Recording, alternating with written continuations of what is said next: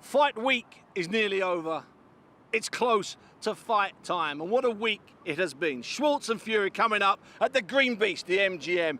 I'm joined by David Haye, former world heavyweight champion, former cruiserweight world champion. Now, Dave, before we talk about Big Tom, Iron Jaw Tom, and Fury, let's reminisce. Let's go back to 2 weeks ago when you and I were ringside, 6 feet from the ring, rubbing shoulders, incredulous at what we watched, with Ruiz beating Joshua. How's that? It's a simple question. It's a loaded question. How's that changed the heavyweight landscape? They say it's the old cliche, sending shockwaves around the world after every time someone gets knocked out.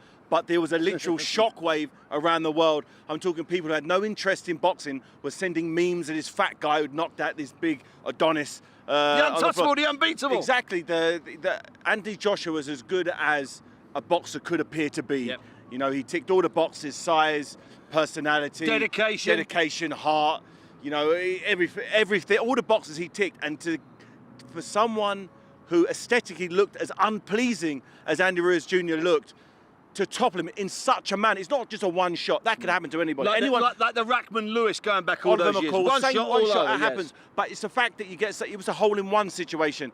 And this wasn't that case. It was someone who appeared on the night, it was where I was sitting, to be able to outdo Andy Joshua in every department. Because it wasn't luck, was it? Let's get that straight. It wasn't fluke. It wasn't a fluke. He boxed well, and we were giving him credit. Yeah. You were looking and nudging me non-stop, saying, look at what he's doing, look at what he's doing. He was moving his head, he was putting the pressure on, he was throwing punches in clusters. That's the difference. You know, when people fight the big guy, they throw one shot, and if it misses, they clinch.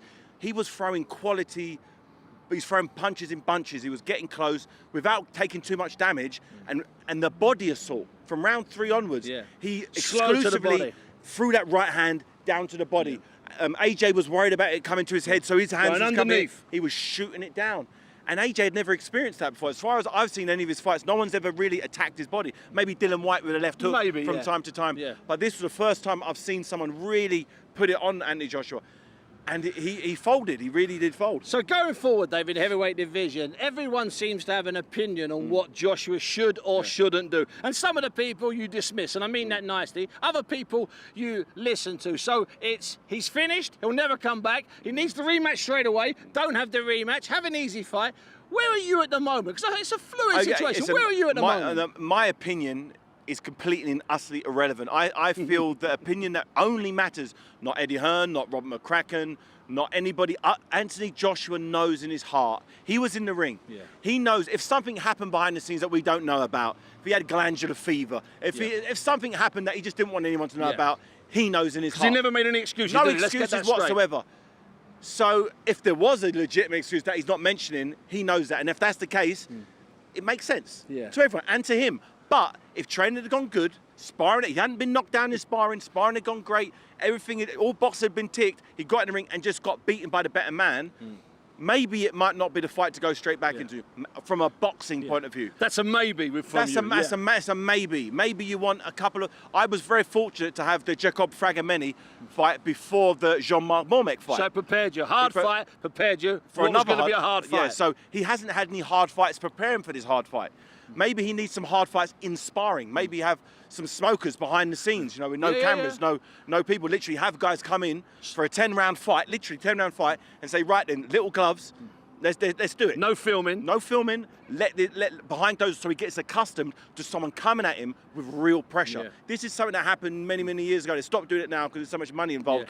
But he's got the money. He's got the money. He's not doing it for the money. He's doing it for the glory. But either way, it has, as you said, sent ripples around the world. But it's made the heavyweight scene even more entertaining, because had he won like we expected, although we thought Ruiz would give him a push, had he won like we expected, we'd be just wondering now, doing the usual thing. Will Joshua fight Fury? Will Wilder fight Joshua? So, but at least now we've got something odd and crazy and mad to look at. Titles could be stripped. More men could come in. It's a crazy time to be a heavyweight. It is, you know, and the fact that Al Heyman looks after Andy Ruiz Jr. as well as Deontay Wilder, that makes an interesting... Think they could do a deal?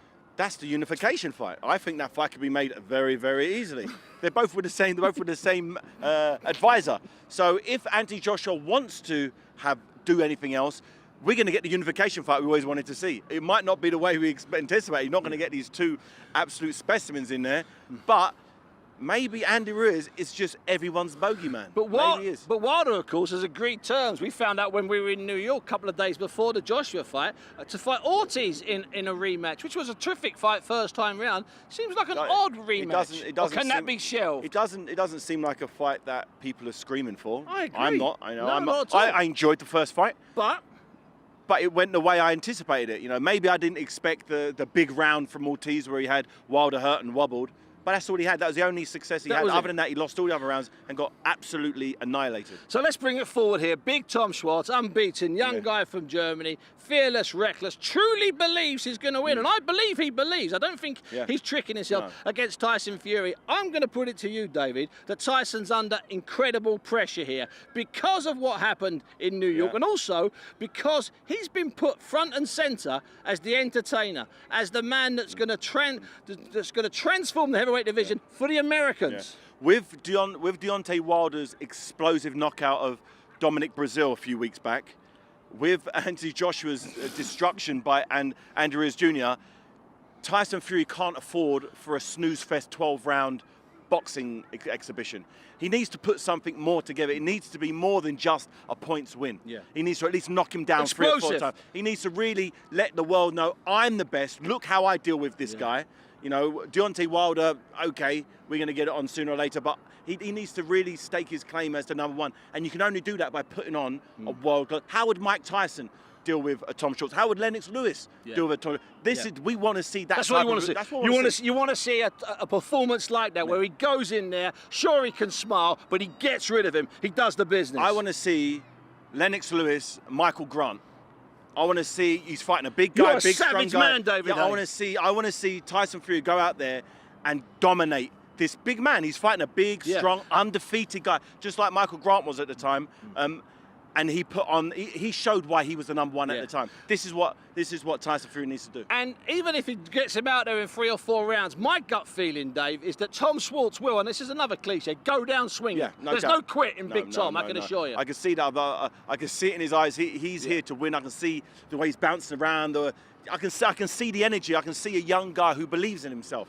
A young guy who, you know, believes this is his time. He believes all the moon and stars have aligned just for tonight. Tom Schwarz time. It's Tom Schwarz time. You know, you've got Andy Ruiz calling one of the biggest upsets ever. This could be equally as big. Nobody is giving Tom Schwarz a chance. You know, very few people, even the hardened enthusiasts, boxing enthusiasts, had ever heard of the name Tom Schwarz. I remember when it was like, oh, he's fighting Tom Schwarz. Tom who? I was like, I recognise the name, but I had to see a picture of him. Like, oh yeah, this guy here. You know what, Dave? I think we're going to be in for a fight. It's Las Vegas. It's fight time. We're wandering around. We're waiting for rain. We've had 111 degrees. They were doing a novelty act. I've got to tell you this quickly. They were doing a novelty act at the MGM car park earlier this week. They had a chef out cooking eggs on top of the roof of the car. No, he was scrambling them, souffleing them, omeletting them. I've got to tell you, he couldn't poach them, but he was cooking eggs on the top of the car. David, it's a pleasure. We'll be in there watching the fight. For me here in Las Vegas, what a week it's been. Fury, Schwarz. Watch it live only on BT Sport Box Office.